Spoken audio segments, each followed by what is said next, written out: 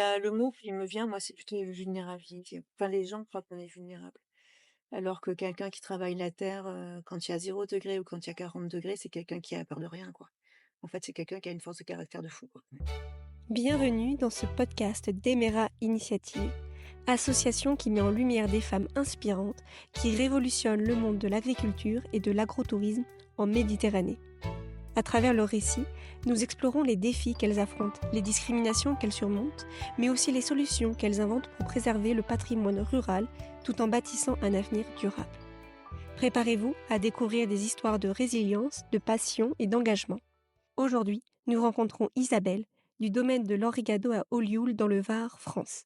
Son parcours est le témoignage des freins, souvent liés au sexisme de ce milieu, mais aussi d'extraordinaires initiatives que mettent en place les agricultrices. Donc Isabelle, est-ce que vous pourriez revenir pour nous sur l'histoire du domaine de l'Enrigado? Pour retracer effectivement, le domaine de l'Enrigado, avant son existence, finalement réelle et in situ, c'était cette réflexion que j'avais pu avoir sur l'image de la femme dans l'agriculture. L'image de la femme en tant que chef d'entreprise et à l'époque, c'était pas ch S c pardon, CHE2FE, hein. C'était, chef quoi, un masculin. Donc comment arriver à se démarquer, à prendre sa place dans la légitimité d'une profession qui est avant tout très masculine, quoi. Donc vous voyez de vraies différences avec vos homologues masculins. Effectivement, parce que les femmes, ce sont des aides et dans le milieu agricole, les femmes, ce sont des aides et des aides invisibles et des aides non rémunérées, souvent et donc par conséquent non légalisées. Non remercié et en fait, même si structurellement et légalement, on a pu a obtenir des choses, on est toujours dans le regard des gens à ne pas être considéré comme un métier. C'est, une vocation, c'est un engagement, c'est un hobby, c'est une vie. Quand moi donc, qui viens de l'éducation nationale, j'ai, heu, j'ai voulu entreprendre ça, j'étais formée, je me suis formée, j'avais donc de la famille dans l'agriculture, j'avais un projet, j'ai répondu à un appel à candidature.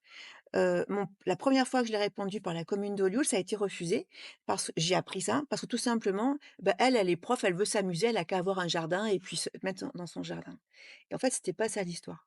L'histoire, c'était que c'était vraiment, un nouveau métier et ça ne s'est pas vu parce que dans l'inconscient, collectif des gens, hem, ça ne pouvait pas coller avec leur cahier des charges de la fonction agricole Ouais. et c'est de là, en fait et c'est à partir de ce moment-là, quand je me suis retrouvée avec mon premier nom d'appel à candidature, mon premier refus, je me suis dit: «Si jamais ça fonctionne, il faut casser la baraque». C'est-à-dire qu'il faut apporter quelque chose de nouveau. Il faut leur montrer que je suis pas la paysanne, que je suis pas la petite productrice, que, c'est autre chose qui se passe, dans l'exploitation et c'est là, en fait, à partir de ça, je me suis dit que j'allais avoir des difficultés énormes et qu'il fallait que j'apporte quelque chose de nouveau et qui était basé sur la garantie et la fameuse compétence d'expertise et la garantie, ça passe par les labels, donc on est en bio, on est en FNAB. Mes produits sont au Collège culinaire de France qui a été fondé par des MOF. J'ai travaillé au restaurant des Ambiers, j'ai provisionné le restaurant des Ambiers qui était dirigé par, Christophe Pacheco qui était un MOF, meilleur ouvrier de France. Aujourd'hui, mes citronnades, elles sont livrées à l'hôtel 5 étoiles, de l'hôtel Île-Rousse à Bandol. Voilà, on donc en fait, je refuse de faire les marchés exprès, à part mon point de vente direct, parce que je veux que les gens viennent et je veux pouvoir parler avec eux. Parce qu'en fait, on est dans une sorte de transmission, dans une sorte de pédagogie au quotidien pour faire comprendre aux gens qu'en fait, ici, ce n'est pas du maraîchage comme on disait. Il a fallu se repenser. Finalement, ce qui m'a porté, c'est ce que je suis, c'est ma vie, hein. C'était ma vie de prof d'histoire-géographie, de géographe et de climatologue, en me disant: «Bah, de toute façon, ça va pas durer et qu'est-ce qu'il faut faire? Bah, on va les étonner, on va faire autre chose, mais quelque chose qui fonctionne» et aujourd'hui, c'est le tropical. Et ça a fonctionné? Du coup, j'ai apporté quelque chose de nouveau et il y a eu un déséquilibre dans leur regard, ce qui a mis 5 ans. Ils ne vont plus chez la petite productrice, mais ils viennent au domaine de l'Enrigado, celle qui fait les bananes et donc par conséquent, on a renversé, mais j'ai mis 5 ans à renverser les mentalités. Mais j'ai perdu des clients parce que, les clients me disaient: «Mais si vous faites plus là, comment vous allez faire?»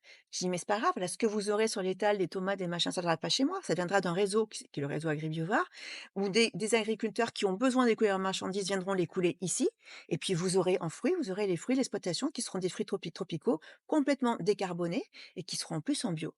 Et là, ça ne va plus parce que, ces gens-là, ils ont besoin d'être rassurés, qui c'est qui va me nourrir? Qui c'est qui va me faire vivre? Il y a une vision très impérialiste, une conscience impérialiste de certaines personnes vis-à-vis du monde agricole, vis-à-vis des femmes en agriculture, qui fait que, une femme en agriculture, elle doit faire à manger, c'est le petit fagot d'herbe qu'on met dans le rôti ou dans la soupe, hein. C'est toujours du petit. La petite productrice, le petit fagot d'herbe, les petites tomates, hein, les petits machins. Déjà rien que le terme de petit, il est déjà réducteur et humiliant et donc une vulnérabilité qui est là et donc par conséquent, quand on va chez la petite productrice, c'est par, cette conscience impérialiste, c'est du Jules Ferry à l'époque, hein, c'est-à-dire c'est de la domination coloniale. C'est-à-dire qu'on vient aider et on est content et on en parle. Moi, au début que j'ai démarré, ça me revient maintenant, mais je l'ai plus, hein. Ça ne fait plus partie des clients que j'ai. Mais c'est vrai que, il y avait, c'est pour le week-end, on reçoit des gens. Alors, ça vient de la petite productrice et donc il y a cette vision très impérialiste autour de la femme qui doit être pauvre, misérable, pas forcément belle. Aujourd'hui, il a fallu 5 ans. Les gens qui viennent ici, c'est des gens qui sont convaincus de ce qu'ils font pour eux-mêmes. Et ça, c'est intéressant. C'est-à-dire qu'ils viennent manger du bio parce qu'ils savent. Ils savent que c'est pour eux ce qu'il y a de mieux. Et puis moi, je suis pas commerçante, moi je suis agricultrice. Ils peuvent aller dans la serre, ils peuvent aller à l'extérieur, ils peuvent aller voir les bananiers. Ils ont besoin de fumier, ils y vont. Ils ont besoin de la terre, c'est gratuit. Quand je fais mes plants, quand il m'en reste un peu, ils viennent les récupérer. Donc, on a une autre relation. Mais il a fallu 5 ans pour purger l'image, pour purger le nom et pour purger finalement la clientèle. Ah oui, donc un travail de longue haleine. Et est-ce que vous pourriez nous en dire un peu plus sur le nom, pourquoi avoir choisi ce nom? Je m'interrogeais. C'est-à-dire que quand j'ai, voulu me lancer dans l'agriculture, donc suite à une rupture avec mon premier métier, hem, il m'a semblé évident que, l'image et que le nom de l'entreprise devait être associ enfin, que le nom devait être associé à une image, liée à l'imaginaire collectif, c'est bien là et donc je ne pouvais pas appeler mon exploitation la Cigalette hein, ou je sais plus trop quoi. Il y avait eu un nom qu'on m'avait donné: «Tu as qu'à l'appeler comme ça», et notamment sur le logo quoi. «Tu as qu'à mettre une tomate, tu as qu'à mettre». Et c'était pas possible hein, parce qu'il fallait, véritablement surélever la donne. Parce que quand on part avec déjà des handicaps, si on se met pas de l'ambition, on n'arrivera jamais à sortir la tête hors de l'eau. Et le handicap, la femme en agriculture, elle en a, dès le départ. Donc la femme est déjà handicapée dès qu'elle part dans le domaine agricole. C'est un milieu d'hommes, c'est un milieu machiste, c'est un milieu fermé, c'est un milieu qui n'a pas encore fracassé les codes et les dépendances et les croyances. Donc il faut, la femme part déjà avec du handicap et donc il faut arriver à dépasser ça et le choix du nom de l'exploitation a été, très réfléchi, très analysé, d'où le nom de domaine qui élève, la ferme à un rang de quelque chose, de pas commun. Un domaine, c'est quelque chose qui a toujours existé. Un domaine, c'est quelque chose qui a une compétence, et qui a perduré parce qu'il avait de la compétence. Et le nom provençal qui suit de l'enraigado, de l'enraigade, qui signifie le premier sillon provençal, c'était ce lien entre ce que je voulais faire de mon exploitation, qui est une exploitation pionnière, audacieuse, qui ne répond pas au code, mais que je voulais ancrer dans le passé, agricole d'une région qui a été agricole et le fait d'avoir domaine et ce nom provençal, c'était aussi une manière de me réclamer légitime par mon agriculture, mais qui est complètement différente, hein, de l'agriculture d'avant, mais une agriculture possible, heu, de cette, génération d'avant et de montrer qu'il y avait une continuité. Mmh. D'accord, bah, écoutez, en tout cas, c'est vraiment très chouette, ce lien-là que vous faites entre, vos expérimentations et les traditions. Et pour le logo alors? Alors le logo effectivement, je voulais un logo d'entreprise agricole parce qu'on est vraiment sur une entreprise agricole et je voulais un logo qui puisse conforter le nom trouvé. Et il s'est trouvé par hasard qu'un ami m'a donné, une fontaine en tête de lion et la tête de lion m'a vraiment, heu, comment dire? Regardée pendant des mois. et je cherchais et je savais qu'il fallait pas que je me précipite et en fait, je me suis posée, je me suis dit: «Mais c'est un lion et ce sera le lion, ce sera la force» et comment l'insérer? Bah, par rapport à domaine, c'était, il y avait quelque chose de très, domanial dans le fait de l'insérer dans un camé et d'ailleurs quand je l'ai fait faire, j'ai demandé à la personne dessinatrice de faire un camé, c'est le mot que j'ai employé, donc un camé, un ovale avec la tête de lion et puis, il fallait rappeler, l'aspect maraîchage, donc avec la courge, un peu de cendrillon que j'aimais bien et des couleurs pastel et puis les feuilles qui enveloppent. Donc, en fait, le logo de l'Henri-Gade, c'est, quelque chose qui est venu, qui a été lui aussi très réfléchi, très analysé, mais bien que ce soit lui plutôt qui soit venu à moi, que moi qui suis allée le chercher. Mais, et ça a été finalement le lien, le lien, rédactionnel avec l'image que je voulais donner.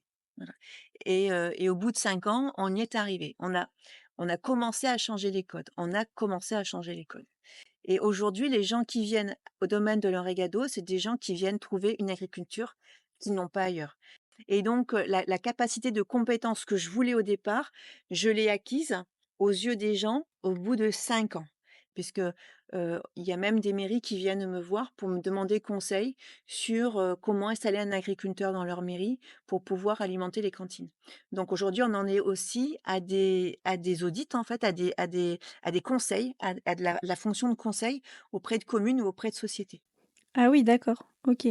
Et du coup, aujourd'hui, avec ces conditions-là, c'est-à-dire un projet innovant, ces possibilités, d'audit auprès de mairies et cetera, vous vous placez comment vis-à-vis des autres agricultrices, agriculteurs, de votre, clientèle, des autres en général? Je suis la seule, ici à faire de la banane. Il y en a une sur Carqueiranne, on travaille ensemble dans le VI2E fait par, Agribiovar, donc qui est un groupe de recherche, sur la tropicalisation. Donc on est ensemble, on est même pas concurrents, au contraire, on se donne tout, on travaille ensemble et on a un gros travail qui est fait par Lola Le Certeau, Agribiovar, qui est exceptionnel là-dessus. Vraiment qui mutualise les données, c'est un travail de fou parce qu'on avance en fait, à l'expérimentation. On avance, à l'aveugle, hein, moi j'ai mis la banane, j'ai mis la goyave, mais ça aurait pu très bien ne pas marcher. J'ai mis du thé qui lui n'a pas marché non plus, donc on y va, on expérimente des choses et donc c'est vrai d'être mutualisé à travers d'un groupe de recherche, d'un coup, c'est nettement plus facile et ça fait gagner du temps. Donc je ne sais pas ce que pensent les autres, mais en tout cas, j'ai appris une chose dans ces 5 ans où j'ai quand même, beaucoup subi, c'est ne pas regarder, comment dire? L'évaluation que les autres font de moi. Ce que peuvent penser les gens de l'Enrigado, ça ne m'intéresse pas. Il y aura toujours des gens qui vont moi, j'en demande pas encore, hein, qui me disent: «Le bio, ça n'existe pas».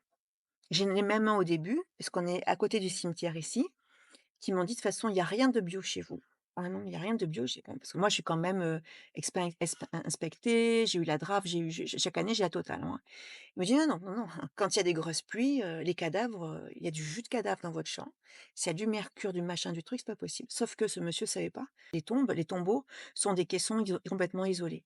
Voilà, donc on entend de tout, j'en ai qui m'ont dit: «Mais de toute façon, ça peut pas marcher le bio, les traînées des avions là, qui dans le ciel, qui retombent, chez dans votre champ. Il y a rien de bio chez vous, OK, ben, viens pas. C'est pas un problème».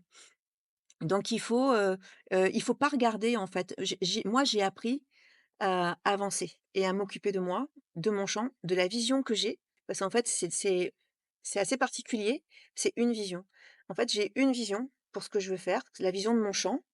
C'est une vision et il faut aller à cette vision. Et finalement, on se rend compte que les gens qui viennent comme ça, un peu par prétention, pour voir, par curiosité, pour profiter, qu'importe la cause.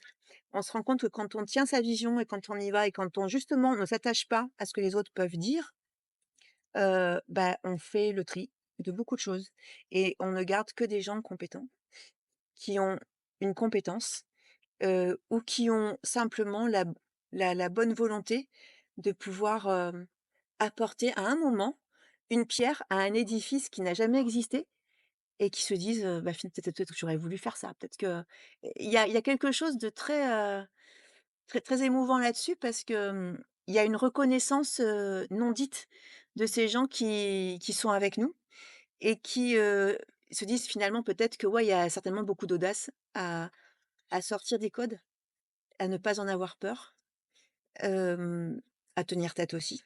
Parce que c'est incroyable, hein, enfin, on pourra en parler, mais à tenir tête aussi. Hem, mais à ne jamais sombrer et à ne pas faire du clientélisme. C'est pas parce qu'on va me dire, «Ouais, vos melons, ils étaient pas bons». Bah, oui, bah, ça arrive. C'est les melons, ils sont pas bons, ça arrive, c'est pas grave. Bah, ailleurs. Tu en auras des meilleurs ailleurs. Vos tomates là, il y avait des ils étaient piqués par les punaises. C'est bien sûr, mais toutes les tomates bio sont piquées par les punaises. Bah, tu enlèves la peau ou tu enfin, ça empêche rien.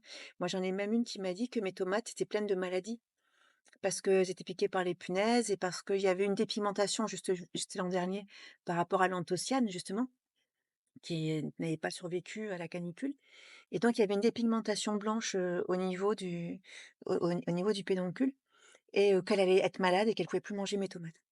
Donc en fait, là, on peut pas lutter. Contre ça, on peut pas lutter. Il vaut mieux dire: «Oui, vous avez raison, partez faire vos courses, au mieux à Marcel et Fils, au pire à Carrefour, mais ne venez pas chez moi» et il faut arriver à se délester du regard des autres et mais moi, ça a été un gros travail. C'est vrai que ça a été un gros travail et mais en tout cas, quand on l'a passé, ce travail-là, on agit en toute liberté et heu et on sait que c'est pas grave, quoi.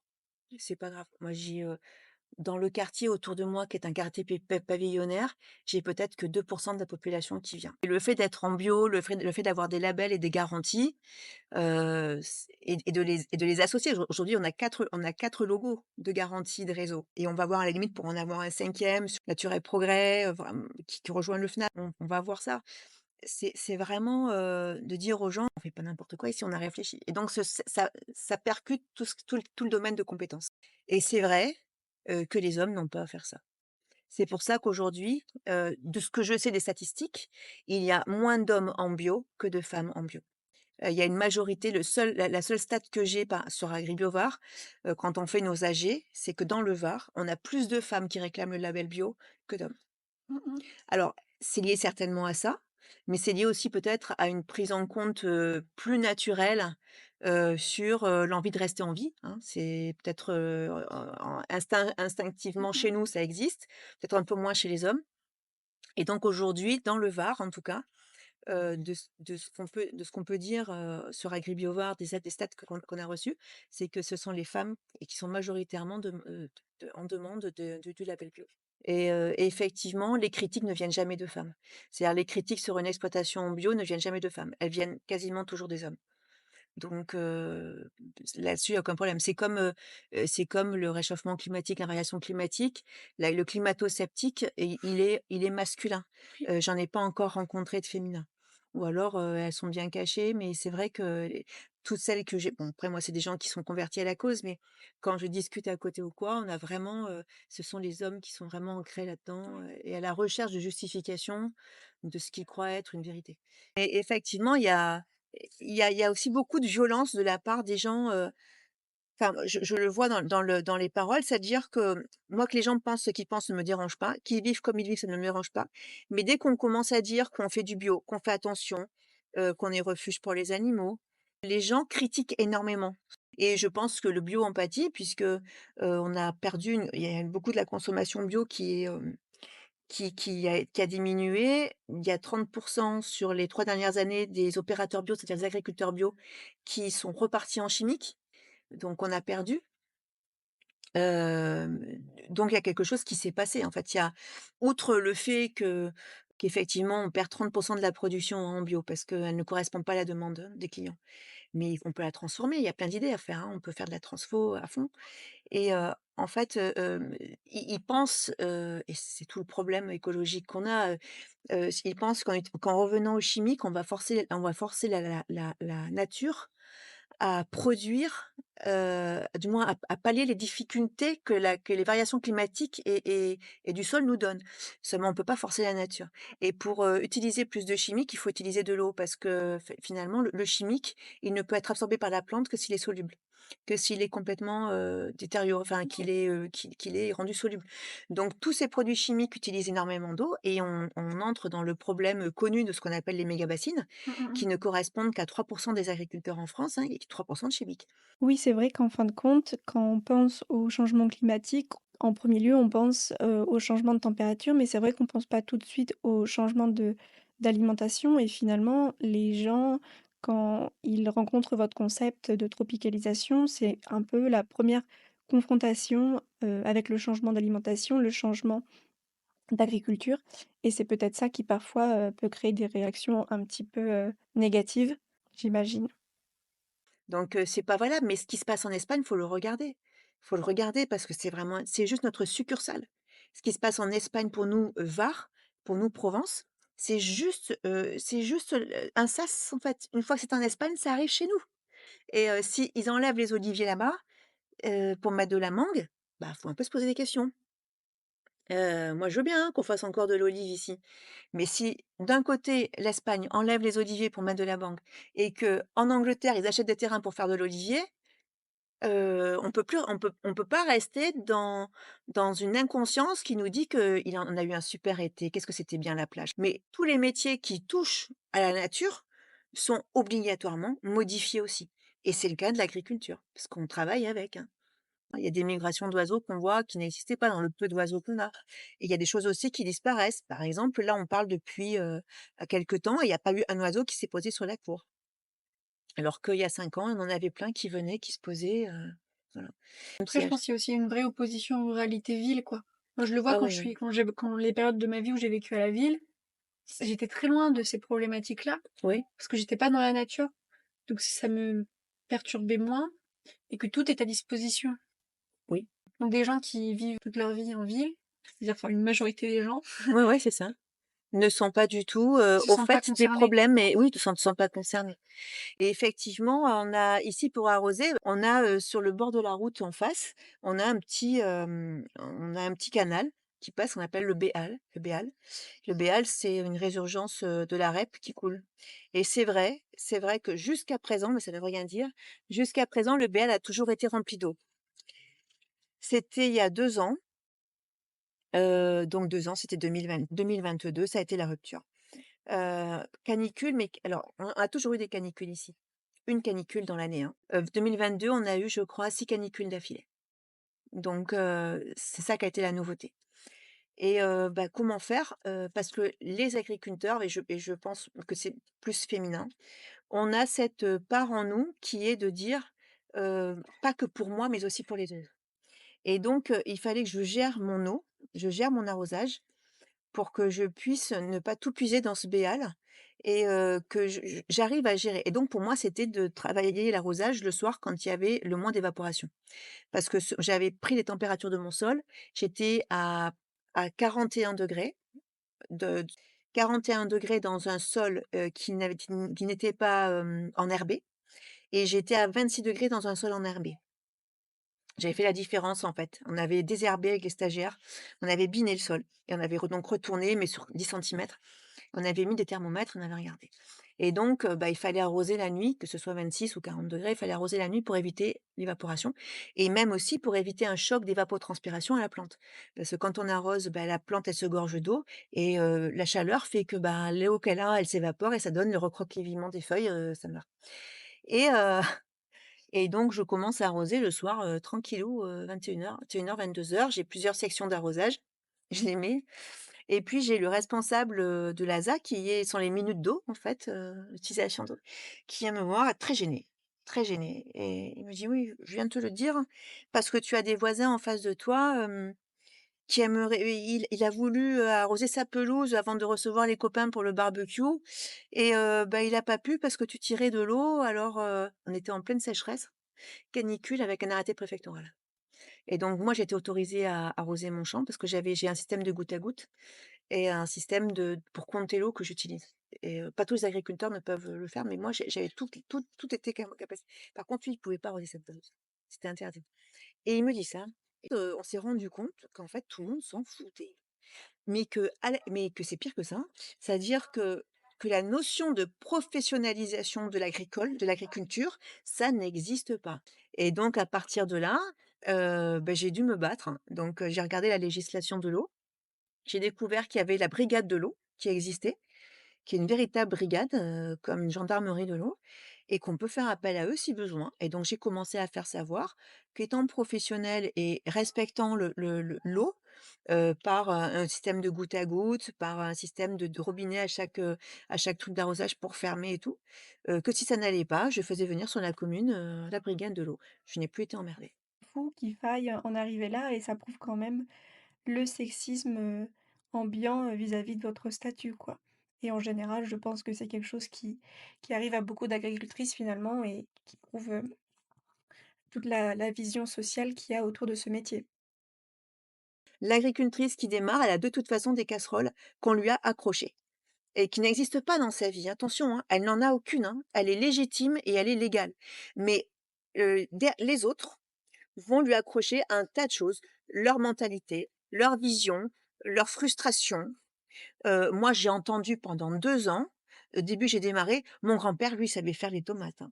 On veut me dire, «On a eu mieux que toi». En fait, on a connu mieux que toi. Et ça me s voilà. Tout est pour rabaisser, pour revenir à la vision d'une femme qui ne peut pas être chef d'entreprise. Je travaille beaucoup avec les subventions, de l'Europe pour la tropicalisation, pour les mesures, agroécologiques, notamment de transition écologique. Et j'ai demandé d'avoir la maison, pour faire mon laboratoire. J'ai donc été obligée de passer devant la mairie, heu, présenter mon projet. Je suis passée devant le conseil majoritaire, pas le conseil municipal, mais le conseil majoritaire, c'est-à-dire la majorité en place. Je n'ai jamais été aussi humiliée de ma vie, mais humiliée. Il y a même le maire qui a dû faire des remontrances après à des élus. On m'a dit: «Mais vous, vous êtes pas une vraie agricultrice. Le vrai agriculteur, moi je le connais, c'est Dédé qui fait le marché. Et moi, j'ai pas d'obligation, à faire les marchés». Donc il y avait une interdiction de reconnaissance. Une interdiction de reconnaissance, doublement, parce que d'abord j'étais une femme et en plus de ça, en bio, c'est gentil quoi, c'est gentil et en conversion tropicale derrière, alors là, c'est une illuminée. Donc ça a été la le pire moment de ma vie, le pire moment d'humiliation de ma vie, hein, et d'ailleurs, bah, à partir de là et on a découvert des choses. Donc la mairie est venue me chercher moi, pour me donner un terrain et pour agrandir ma production. Donc moi j'ai dit: «OK», donc on visite le terrain et tout. Elle me dit: «Par contre, il y a un petit problème, on n'a pas encore l'entrée, ça va pas tarder à arriver, dans le mois, vous avez l'entrée, vous pouvez commencer». Mais au bout de 3 ans, j'ai toujours pas l'entrée. Je me dis: «Quel est l'endroit où je vais pouvoir trouver, s'il existe quelque chose, sur mon terrain, au profit de la commune?» Conseil municipal, et je prends tous les conseils municipaux et en fait, il y a détournement d'argent, il y a un tas de choses et là, la réflexion, ça a été que, bon, moi, j'ai pris un avocat, j'ai pris la meilleure de France, c'est Corinne Lepage, c'est l'ancienne ministre, écologique, hein. Je l'ai eu au téléphone, j'y suis allée, je savais plus quoi faire. J'ai regardé sur mon téléphone Corinne Lepage, j'ai dit: «Bonjour, cabinet Lepage, oui, oui. Isabelle Pertois, agricultrice sur Olioul, il m'arrive ça, je souhaiterais parler à madame Lepage, je vous la passe». Comme ça. «On va vous aider». Je prends Corinne Lepage comme avocate. Quand la mairie a su ça, on arrête tout, pas de «s'il vous plaît, ne nous assignez pas au tribunal, on demande une médiation». On est en médiation. Il y a, manquement à obligation de bailleur, il y a détournement d'argent, il y a enrichissement sur le dos d'un agriculteur, ça s'appelle du greenwashing, en fait, tout simplement. Et la première question que Corinne Lepage m'a posée, ça a été: «Si vous aviez été un homme, pensiez-vous que la mairie aurait fait la même chose?» Et je lui ai dit: «Non». J'ai dit: «Je pense qu'il ne l'aurait jamais fait». Donc il y a même jusqu'à la mairie, même jusqu'à là, on a de toute façon ce non-respect de la femme agricultrice et qui est pire que tout parce que une femme agricultrice qui, comme je l'ai dit, hein, a l'habitude de bosser par, pluie, par neige, par canicule. Moi, j'ai eu un de mes chevaux qui, a 35 des reins qui fonctionnent. J'ai dû passer 2 nuits blanches à regarder que la perf, parce qu'elle était, sous perf avec la véto, je devais dormir avec mes chevaux. Il y a rien qui m'arrête, hein. Il y a rien qui m'arrête et on y va tranquille. Le truc, c'est une autoroute avec un char d'assaut dessus, quoi, et il y a une force de caractère et je pense que notre force à nous et la puissance qu'on a, nous femmes agricultrices, c'est, une force de caractère qui n'explose pas, qui n'hurle pas, qui ne crie pas, mais qui se fait dans le silence et qui est en capacité à avoir une endurance que les hommes n'auront jamais. Et je pense que c'est un atout considérable, mais considérable. En fait, on a un titre et il faut toujours remettre notre titre, en jeu régulièrement. Chaque jour qu'on ouvre le portail pour aller sur notre exploitation, on remet en jeu notre titre et on doit toujours prouver, toujours prouver, toujours prouver. Alors Au bout de 5 ans, il y a une étape qui s'est produite, c'est certain, mais c'est pas pour autant que je garde comme acquis ce que j'ai aujourd'hui. Je sais que je dois toujours, prouver que j'existe, que je suis là. Et il y a une chose en tout cas qui est, fort appréciable pour moi, c'est que dans ce groupement d'agriculteurs audacieux par Agribiovare, où il y a des hommes et des femmes, les hommes qui sont là et qui ont passé le cap d'une remise en cause, parce qu'ils se sont remis en cause pour la tropicalisation, parce qu'ils ont senti qu'ils perdaient tout. Ces hommes-là sont en possibilité d'accepter la femme comme un égal et il y a vraiment quelque chose de super positif à ça. Il y a une agriculture nouvelle, qui va émerger, je le pense, en raison de la variation climatique. On peut pas faire attention, on peut plus ne plus faire attention et les hommes qui sortent de ça, qui vont qui vont rentrer dans cette remise en cause et qui reprennent leur modèle à zéro, vont être en capacité à regarder la femme agricultrice, mmh, comme une collaboratrice et comme quelqu'un qui leur est, voilà. Qui égale. Ouais, mais je le pense sincèrement. Mais c'est tellement violent en fait. Ah mais c'est Quelle super violent. violence, Ah non dit, non mais alors assumé. c'est super violent et Agribio et la Confédération paysanne, la dernière AG de la Confédération paysanne, le matin on a fait l'AG, l'après-midi on a fait des réunions et un des ateliers ça a été l'image de la femme dans le milieu agricole et on a tous parlé et j'ai été et je voulais parler, je les ai laissées parler les filles et c'était pudeur, non dit: «Oui, j'ai un peu des difficultés, mais c'est peut-être parce que». Je dis: «Quoi? Qu'est-ce que j'entends là?» Alors elles étaient plus jeunes que moi. Moi, j'ai 50 ans, j'ai mes enfants qui ma fille travaille, Ouais. j'ai mon fils qui va bientôt travailler, moi je c'est pas l'image que je veux pour mes enfants, quoi et moi j'ai raconté ce que je vous dis là, je l'ai raconté et là, d'un coup, il y a eu, pour les femmes, il y a eu, OK, on peut le dire, quoi et là, d'un coup, elles m'ont reprise: «Ah bah, oui, alors effectivement, moi, quand j'étais au marché, tu sais, il m'est arrivé ça et quand je fais les marchés, tu sais, il m'arrive ça» et je dis: «OK, c'est parti». Le médiateur qui était là, qui devait faire l'atelier, il m'a rega en plus, je le connais, c'était un prof d'agricampus, parce que j'ai eu des élèves à lui. Il m'a regardé, il me dit, «Waouh!» Il a dit: «C'est violent». Je dis: «Ouais, bien sûr, c'est violent». «Mais bien sûr, mais tu crois quoi toi? C'est ça ma vie, c'est du combat permanent, mais permanent» et il en est parvenu et en fait, on se rend compte que toutes les nanas qui étaient présentes, toutes les femmes, qu'elles soient chevrières, qu'elles soient maraîchères, qu'elles soient toutes, on a toutes la même problématique et en fait, on se rend compte que c'est toujours les mêmes leviers. C'est, l'humiliation, c'est la déconsidération, c'est on les fout dans un coin, on veut même pas en entendre parler. Quand on a démarré l'atelier, la conf, les premiers qui ont pris la parole, c'est les hommes. Mmh. Les premiers qui ont parlé. Moi, j'ai regardé, j'ai levé la main et après quand j'ai parlé, ils sont arrêtés de parler et il y en a même un qui m'a regardé, il me dit: «Putain, c'est bien ce que tu as dit parce qu'on l'aurait jamais su». Je dis: «Mais si, tu le sais. Mais bien sûr que si, tu le sais, mais tu veux pas l'entendre». Moi, j'ai eu un producteur, mon stand était là, il s'est mis devant les bras croisés pendant toute ma vente et puis du coup, bah, il empêchait les gens de venir m'acheter des produits et on en a parlé souvent avec mon mari, il me dit: «Mais je pense», il m'a dit: «Je pense que tu fais peur aux autres agriculteurs» et je pense que la femme qui par audace entreprend, anticipe, crée du nouveau et se fout complètement de ce que les autres peuvent dire, je pense que là, c'est un truc de fou malade pour les autres, quoi. Oui, c'est vrai que finalement, vous ne rentrez pas dans cette idée préconçue qu'on attend de vous, en tant qu'agricultrice, c'est-à-dire, d'être, quelqu'un qui suit et qui n'a pas, d'idées, propres, des idées audacieuses et qui n'est pas indépendante. Et j'en viens à me demander du coup, vous qui avez dépassé finalement ces idées, préconçues et aussi d'une certaine façon des croyances limitantes, comment, vous vous placez face à l'isolement social et géographique que vivent beaucoup d'agricultrices et d'agriculteurs? Ça a été une Supplémentaires. problématique, c'est-à-dire je ne l'ai pas, je vais vous expliquer pourquoi, mais en tout cas, c'est quelque chose que j'ai approché. Très vite, on est seul. C'est-à-dire on est seul dans un champ et en fait, le problème que l'on rencontre, c'est que si ça ne marche pas, on s'isole encore plus. C'est que c'est sa propre faute et donc quand on est isolé et quand on se sent isolé, c'est aussi le problème de la culpabilité que l'on a à dire que ça ne fonctionne pas et ça, c'est très problématique. Moi, je l'ai vu la première année. J'ai eu des mecs qui sont arrivés que je connaissais par ailleurs et avec leurs femmes, leurs enfants là. Je vends, le mec il fait le tour ici, il me prend j'étais en vente, hein, j'ai vu du monde, hein. Il me prend par l'épaule, il me dit: «Alors tu t'en sors financièrement? Tu arrives à manger? Tu arrives à payer ton loyer?» Et là, je me suis dit: «Mais qu'est-ce qui se passe, quoi? Qu'est-ce qui se passe?»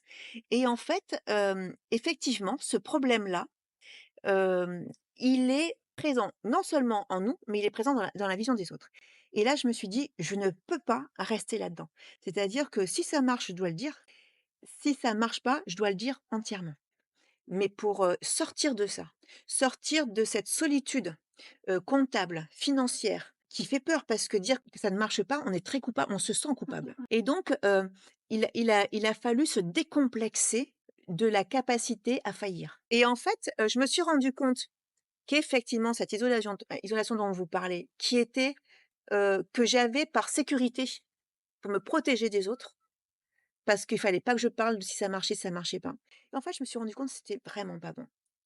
Vraiment pas bon et que quand on échangeait avec des gens en capacité, on avait tout à gagner. Du coup, Agribiovar. Je me suis mise à Agribiovar. J'ai adhéré à Agribiovar. J'ai adhéré à la Confédération paysanne. Je me suis formée. La formation à la chambre agricole, la formation à Agribiovar, c'est excellent parce qu'on voit du monde et parce qu'on parle. Alors au début, on a tous le même langage. Ça marche? Oui, ça marche bien. Au bout de 2 heures de stage, ça marche? Ouais, écoute, je suis dans la merde là, mais alors un truc, ça marche pas. Et en fait, on rencontre des gens qui tentent, on rencontre des gens qui ont échoué, on rencontre des gens qui ont tout perdu et en fait, il faut parler et vraiment il faut parler et quand on parle, quand on sort de cette isolation qui est en fait au 1er abord un élément sécuritaire pour soi, dont on souffre, hein, Mmh. mais un élément sécuritaire pour soi. On se rend compte qu'on a tout à gagner et comment en sortir? Pour aller chercher notamment les informations, c'est le syndicat agricole. Moi, c'est la Confédération paysanne parce qu'elle répond à mes attentes, elle répond à mes objectifs, elle répond à ce que je suis et aussi ce qui m'a sauvée, mais ça tient du hasard, vraiment, hein, ce qui m'a sauvée financièrement là, c'est que j'ai toujours su que la communication était le nerf de la guerre et j'ai voulu la première année de mon exploitation, il y avait pas ça, hein. Je vous assure que c'est vrai. J'avais une table camping et j'avais un parasol Tropico que j'ai gardé, que jamais je ne jetterai. Tropico. Et sur la table de camping, j'avais des cagettes comme ça. J'avais 3 tomates, 3 courgettes. Et qu'est-ce que j'ai fait? J'ai cherché qui était le député de la région. J'ai envoyé une invitation à la députée et la députée est venue me voir. Elle est venue avec son staff, avec sa communication. On fait le tour, il y avait rien, le champ il était vide, il y avait 3 machins. Mais en partant, je vous assure que c'est vrai. Elle me dit: «Vous faites appel, au plan de financement de l'État qu'on appelle les plans relance?» Je sais pas ce que c'est et il y avait sa secrétaire et elle dit à sa secrétaire: «Vous enverrez à madame Pertois tous les plans de relance de l'État». Le soir, je reçois par mail tous les plans de relance de l'État. On était au mois de juillet. Je me dis: «Jamais ça me concerne» et puis il se trouve que, j'avais pour objectif de faire des livraisons.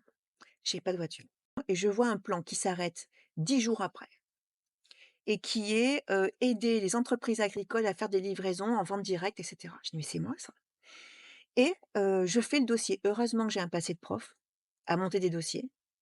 Je fais le dossier, je l'envoie, je vous assure, le jour limite à minuit, je l'ai envoyé à 11h30 le soir. Je suis appelée par la préfecture pour me dire que mon dossier a été le dernier à être pris. Je suis convoquée pour passer l'audit auprès de la répression des fraudes, auprès de l'alimentation et cetera. Enfin, c'est tout le staff. Votre dossier, c'est le seul intéressant que nous ayons eu. Il nous reste 18 000 € et ma voiture, le Kangoo blanc, chez Renault, j'avais fait le devis pour l'acheter 18 000 €. C'est la seule chose que nous pourrons faire pour vous et moi, j'ai dit: «Mais oui, d'accord». Et là, j'ai compris comment ça fonctionnait. Et là, je fais attention à tous les plans de relance, je fais attention à toutes les subventions. Je me mets en réseau avec la chambre agricole, avec Agribiovar. Je téléphone: «Est-ce qu'il y a des mesures qui sont sorties sur ça? J'aimerais faire ça, est-ce que tu sais si?» Et en fait, cette isolation dont vous parlez, elle est sécuritaire au départ, mais elle est néfaste Ouais. pour la vie de l'entreprise et pour le moral de celles qui bossent. Et il faut sortir de ça. On peut être timide et ne pas beaucoup parler, mais il faut être présent et récolter les informations. Ça, c'est vraiment un très bon conseil et qui, je pense, d'ailleurs s'applique à beaucoup de milieux qui, comme vous le dites, très bien, voilà, la communication, c'est le nerf de la guerre et il faut essayer un maximum de sortir de sa zone de confort, échanger sur ce qu'on fait, oser, aller chercher de l'information, oser contacter des personnes, qui pourraient nous aider. Voilà, ça c'est vrai qu'on ne sait jamais à quel point une discussion peut nous amener, de très belles choses et du coup, je pense à une dernière question pour vous, Isabelle. Comment vous arrivez à allier votre vie de femme et votre vie d'agricultrice? Voilà, comment vous arrivez, à avoir votre vie de femme à vous? Voilà, ça c'est la grosse ques la le gros problème. C'est aujourd'hui ce qui est pour moi, le véritable problème. C'est-à-dire que le choix de vie, c'est, 7:00 du matin, voire 6:00 à l'exploitation. C'est rentrer le soir à 8:00 et moi j'ai tous les jours 2 à 3 heures d'administratif. Ah mais pour moi, il était évident que mes enfants ne pouvaient pas souffrir de mes choix. Moi, je suis divorcée, donc j'étais seule avec mes enfants, et puis en fait, je me suis rendue compte que je ne faisais pas assez confiance à mes enfants. Je me suis rendue compte que mes propres enfants sont en capacité à comprendre le changement professionnel et mes enfants ont été un soutien, mais incontestable dans mon installation et en fait, je sous-estimais cette force-là. C'est-à-dire que je pensais que j'allais être un boulet pour eux, mais je n'avais pas vu à quel point mes enfants allaient être un levier pour moi. Du coup, ils ont un regard de jeunes sur, la production et donc tout cet aspect qui, pour moi, à l'âge que j'ai, est audacieux et peut paraître complètement illuminé pour d'autres, pour eux, c'est tout à fait normal et ça, cette normalité que mes enfants me donnent, elle sert à contrebalancer tout l'aspect inconscient et négatif que les autres peuvent avoir et ils sont, partie prenante de tout. Ça, c'est la partie enfant. Après, ma vie de femme à moi avec mon conjoint, on est musiciens tous les 2. Donc lui, il a son groupe de musique et moi, je monte mon album, j'écris, je compose et ça ne fait que 2 mois que je me suis obligée à me s en plus, en fait, c'est le temps qu'il faisait aussi parce qu'on pouvait plus travailler dans le champ tellement il faisait chaud. Je me sors le vendredi après-midi, le lundi après-midi pour composer, faire de la musique avec un ingénieur du son. Voilà et je m'oblige à ça et je me le suis obligé dans mon agenda, c'est tous les lundis et vendredis, fermé, c'est fermé. J'ai mis 5 ans et demi à y venir, hem et je m'aperçois que les lundis alors je travaille le lundi matin jusqu'à dernière minute, hein, vendredi aussi, puis je repasse le soir, mais ça ne change rien à la quantité de travail effectué, ça ne change rien à la rentabilité et ça améliore, ma possibilité à être compétente dans le travail. Et puis c'est aussi, il y a quelque chose qui est très dur pour moi, c'est ma représentation de moi-même. C'est-à-dire tel que vous me voyez, c'est mon habit de tous les jours. Donc pas maquillée, je me regarde dans la glace, je me dis: «C'est pas possible, quoi». Alors ça, c'est le moment où ça veut dire: «Allez, on sort, on va boire un coup», tu t'habilles, je savais même plus ce que j'avais comme fringue, en robe, en machin truc, j'avais complètement oublié, quoi. Puis, j'ai ouais, il y a eu ce moment de mini dépression, de quelques jours là où j'ai dit: mais attends, ouh là là, mais je suis où là? Je suis où? Mon vrai moi, il est où, quoi?» Et ça a été, le plus dur parce qu'en fait, j'étais arrivée à une image de moi complètement asexuée. Ni femme, ni homme, Ouais, c agricultrice. Ce qui me manquait beaucoup, c'était faire des choses pour moi, qui ne rentrent pas dans l'aspect comptable et économique. C'est-à-dire du truc gratuit pour moi, quoi. Ouais, il y a ce moment où on se perd. On travaille, on travaille et il n'y a plus que ça, on travaille. En fait, la notion de loisir, elle est liée, à une notion qui est pas présente dans le métier agricole et qu'on doit pas avoir. On est des passionnariats. C'est-à-dire qu'on est lié à la passion, mais la passion, c'est la douleur et on doit être dans la douleur. Et par conséquent, la notion de plaisir, elle est absente de notre vie. Mais la notion de passion, métier passion, c'est ça, mais pas pour la passion qu'on entend, mais la passion en tant que douleur. Mais douleur christique, hein, quasiment, hein. C'est-à-dire qu'on doit le subir dans notre chair, hein. On a les traits marqués, on a, c'est des visages transposables, hein, de vieux, ridés, de la peau tannée, c'est transposable. On doit pouvoir être récupéré par ces visages-là à un moment donné de notre vie. Et donc, bah, le loisir, il n'existe pas. Donc, les croyances limitantes, c'est assez fou quand même et on se rend compte que c'est un métier qui a des superstitions de fou, enfin qui a des croyances, plein de croyances qui nous sont renvoyées par les uns, par les autres et par exemple, moi, j'en ai qui passent là et qui «Quand je passe, c'est toujours fermé». Non, du coup, c'est pas toujours fermé, c'est que tu crois que c'est fermé parce que je vends pas, mais moi, je travaille dans mon champ ou je suis en livraison ou tout simplement je me repose parce que le repos fait partie de mon travail. C'est fou, hein? Voilà. Voilà, pour répondre à votre question. merci beaucoup Isabelle pour votre témoignage authentique et si précieux. Merci d'avoir osé parler à cœur ouvert sur les défis auxquels vous avez fait face, partagé vos réflexions et mis la lumière sur beaucoup de mécanismes de discrimination dans ce milieu. Je suis sûre que votre histoire et surtout votre audace résonnera chez beaucoup d'autres femmes, agricultrices ou non. On retrouve donc vos produits au domaine de l'Orégado à Olioul dans le Var. Je sais aussi que vous proposez d'autres services d'événementiel sur votre exploitation. Donc, chères auditrices et auditeurs, n'hésitez pas à aller jeter un œil sur le site d'internet d'Isabelle. Le lien est en description. À toutes et à tous, à très bientôt au micro d'Emera Initiative.